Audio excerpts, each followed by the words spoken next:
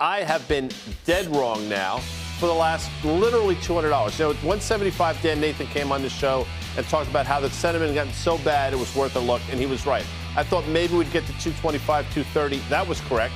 Now here we are $200 later. So it's somewhat disingenuous of me to come on here and say you sell it again because I've been wrong for so long. Hasn't stopped you before? But you have to give that, you have to put that out there. You can't just speak in a vacuum. Well, but I think it's, I mean, look.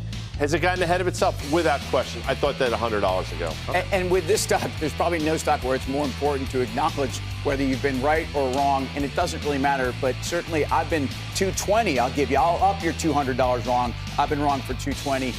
The thing about this move to me that doesn't necessarily change a negative view is that everything that's been a catalyst to moving the stock higher here, there's really not a lot of detail around, including, again, who's going to fund this battery business. I want to see profitability, and then, as I've said, 2 quarters into a complete change in the fundamentals on the balance sheet and free cash flow, I would have to reassess. But to me, everything from the mass exodus departures to profitability, which has come down, CapEx which has come down, the only thing that's gone up is the stock price. Take a step back and look at the daily chart, the weekly chart.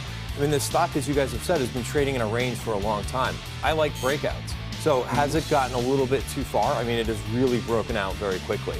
So I think if it comes back in a little bit, if it back and fills, I think there's your opportunity. But it is what it is. It spent so much time in that range. I think breaking out here is a good thing. And I don't necessarily want to fade that, but I think it could come in a little bit. This is a high beta on the market. So if you love the market, we're going to talk about the market, but he's so bulled up on 2020, That's then fair. you think all these names are going to do well just because they're highly leveraged to the broader market and the economy. I think the economy, by the way, is going to do great.